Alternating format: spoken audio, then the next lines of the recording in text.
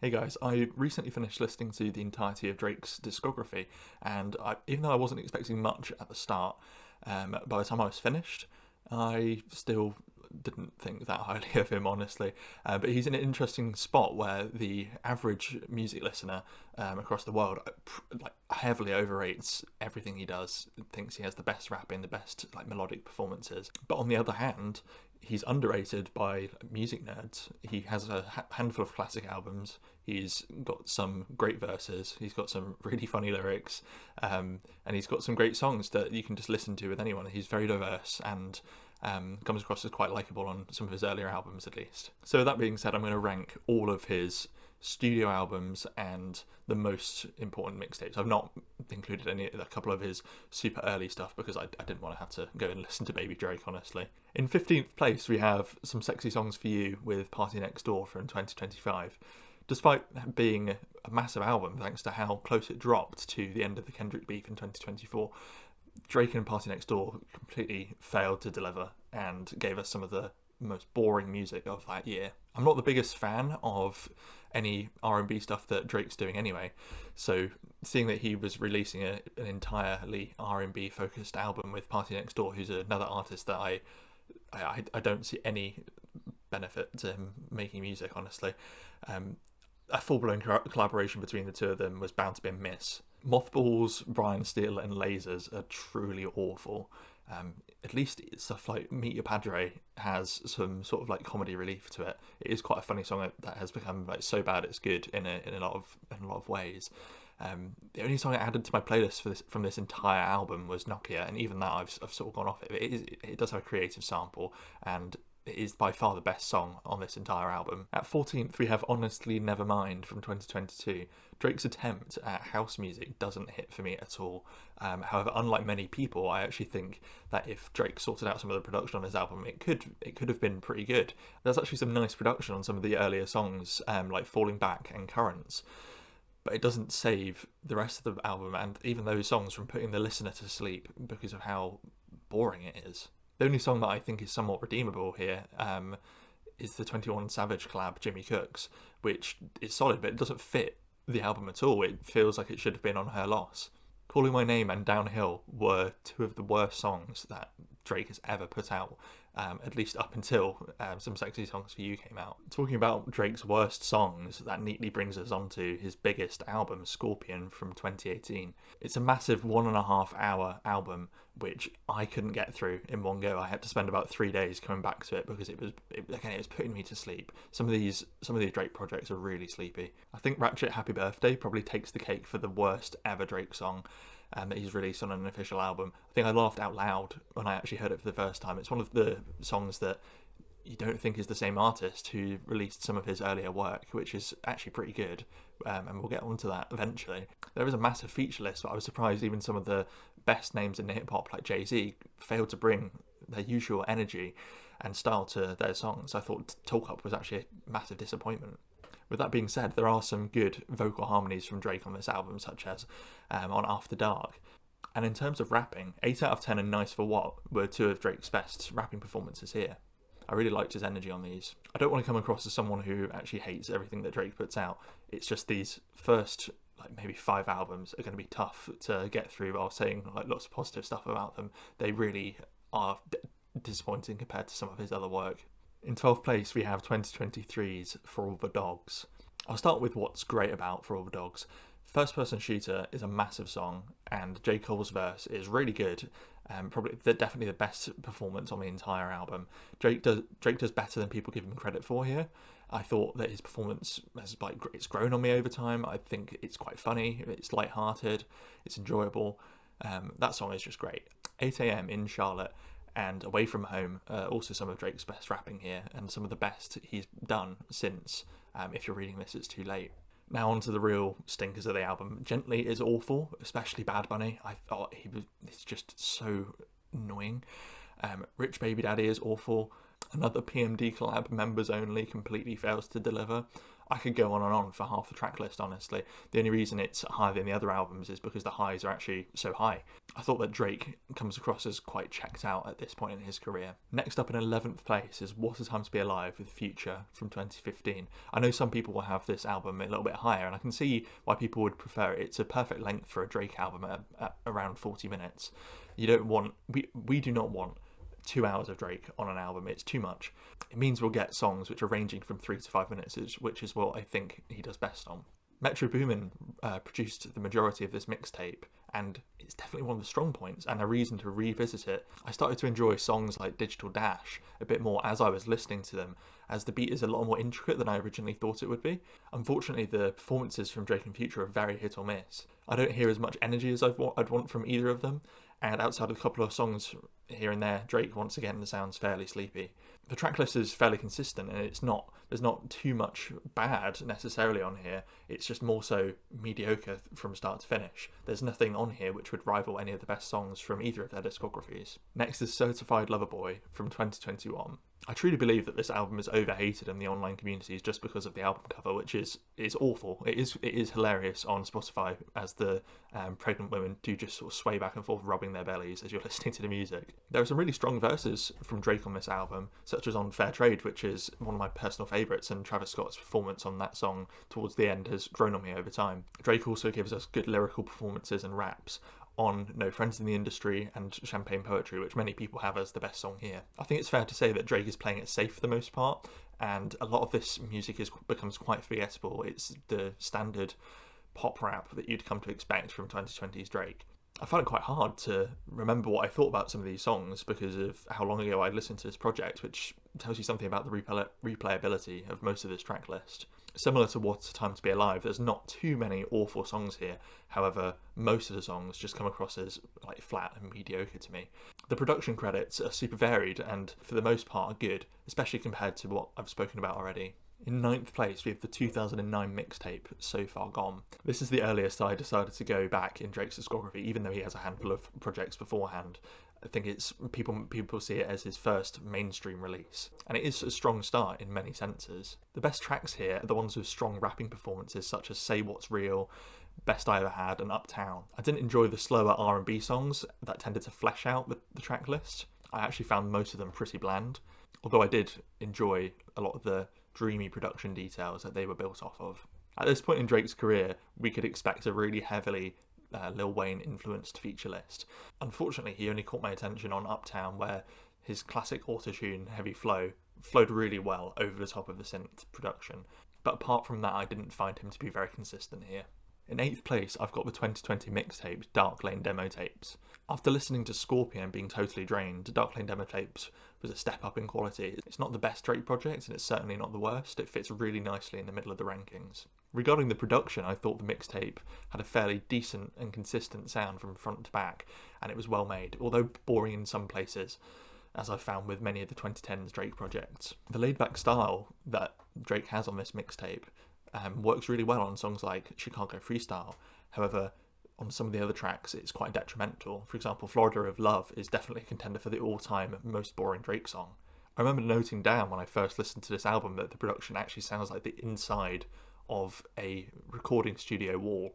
So imagine if you had the microphone inside that wall, sort of listening through. Everything sounds kind of like muffled and like hidden almost. Lyrically, Drake's writing continues to range from awful to great. I enjoyed his storytelling on Losses and his lyricism on When to Say When. Defrail was quite a fun track, but I don't know why Future decided to go like brrr after each bar. I don't think that it didn't add much to the song. It really ruined the flow. Finally, on 1993, Playboi Carti continues to ruin everything he touches. I can't remember ever hearing one good feature of him outside of maybe Off the Grid, but even that, I sort of just like accept that he's on that song just to get to the 5-year foreign verse. In 7th place, we have Drake's most commercially popular mixtape, More Life. I thought the concept of More Life existing as a playlist instead of an album experience was a good idea, considering how varied Drake can be and how well he can do it at times. However, personally, I would never compile this playlist as one that I would want to listen to, even though there are some great beats here and some classic tracks like Passion Fruit. Even though I'm not a massive fan of that song, I can really see the appeal. With that being said, there are definitely some highlights. There are several great features, with my favourite being Skepta's brief but energetic interlude and Semfa's glorious vocals on 4422. Since Way Back showcases what people love about PND, it's the first time I've actually enjoyed him on one of Drake's songs, and it's maybe a sign that I should check out his more acclaimed projects instead of just judging him based on his collaborations with Drake. I can see why people debate whether rap Drake or R&B melodic Drake is better.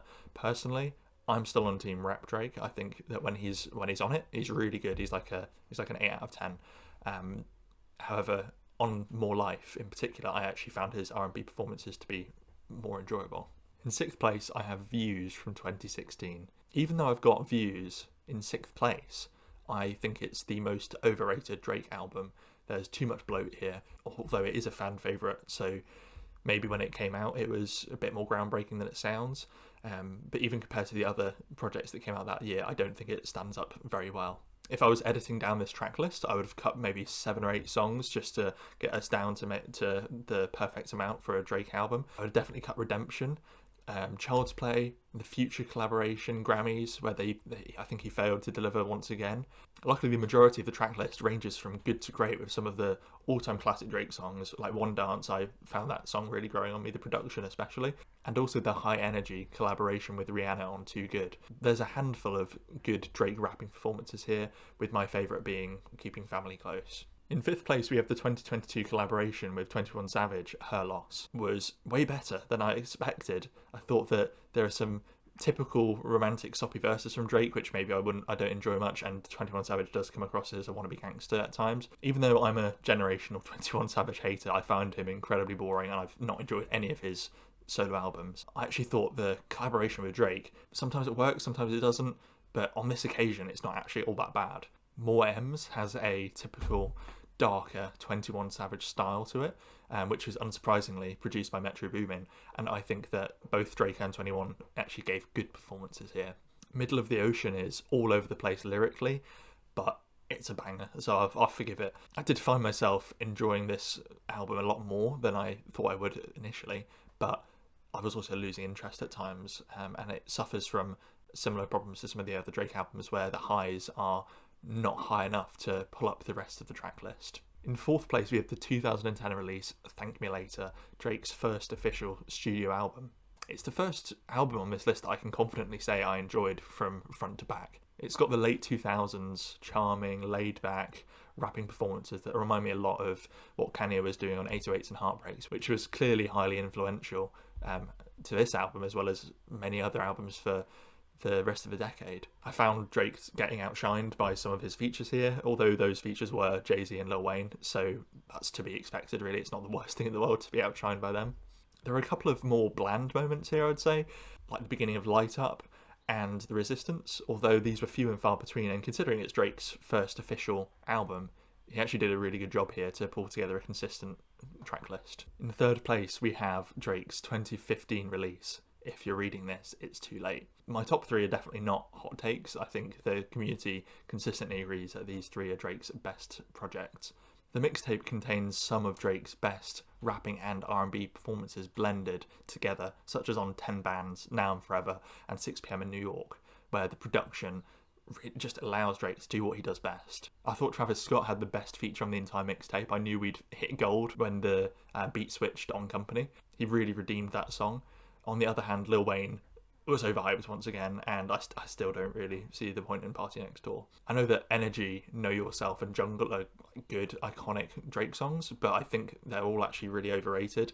The same goes for this mixtape in general. Even though it is in my 3rd place here, I don't think it's his best of all time. In 2nd place, we have the 2011 release, Take Care. This album has some really high highs, such as Headlines and Underground Kings, as well as some great features from Lil Wayne and even Rick Ross, who comes in clutch with a handful of funny bars on Lord Knows.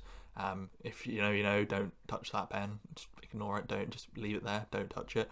I thought that one of the things that shined most about this album was the production, and how even on tracks that lacked strong rapping and lyrical performances, such as Practice or even Marvin's Room, I don't like that song that much. I don't see the hype behind it. I don't particularly care for the Kendrick feature on the second half of the Buried Alive interlude either. I think it's super overrated. But yeah, the production overall on this project, it really pulls everything together, and it's the best Drake has sounded Unfortunately, there are quite a few dull moments here where I think the song was either dead from the start or a feature had to sort of save it. I thought Andre 3000 did that on The Real Her. If you are a fan of Drake's rapping, you won't be surprised to see Nothing Was the Same from 2013 in my first place. It is by far Drake's most consistent project. The tracklist isn't bloated, it's not too long. The album has everything that lyrical Drake fans love from him on songs like Tuscan Leather, which many people have as one of his greatest songs of all time, and also Worst Behavior, which has such high energy and has great production. It's a really fun song. I love the rapping on both, but I think Worst Behavior personally, to me, I just think it's such a banger. It's so much fun. It's such high energy that's my favourite song on this album. The feature list is great again. I thought Sampha and Jay-Z had two of my favourite performances, both for completely different reasons, as you'd expect. Jay-Z simply is an amazing rapper and can perform over anything when he puts his mind to it, and Sampha never misses with his smooth vocal delivery. I definitely wouldn't have Nothing Was the Same in my top 50 or even like maybe not my top 100 rap albums of all time. However, in terms of the best commercially successful releases, I think that Drake can firmly like plant a stake in the top 25 for that, alongside greats like Eminem and Kanye. So what do I think of Drake's discography as a whole? I think Drake is a master of mixing together the strong points of R&B and the strong points of rap music to create a really commercially successful sound that is appealing to the general masses, especially girls. I know loads of girls who are obsessed with Drake's music, even though when I was listening to it I couldn't find anything. I could only find maybe like 10 or 11 songs to get really obsessed with. I don't think he's one of the best rappers of all time, I don't think he's one of the best R&B artists of all time, but when you have the ability to mix together the genres and put together projects like Nothing Was the Same, Take Care, If You're Reading This Is Too Late, you can stake claim to like 2 or 3 classic albums at that point. I'm not very excited for the potential eventual release of Iceman. I think that the singles were really disappointing. However, Drake does have the ability to come back and make a good project at this point. I don't think he's lost all of his ability to rap well and produce non-sleepy R&B music.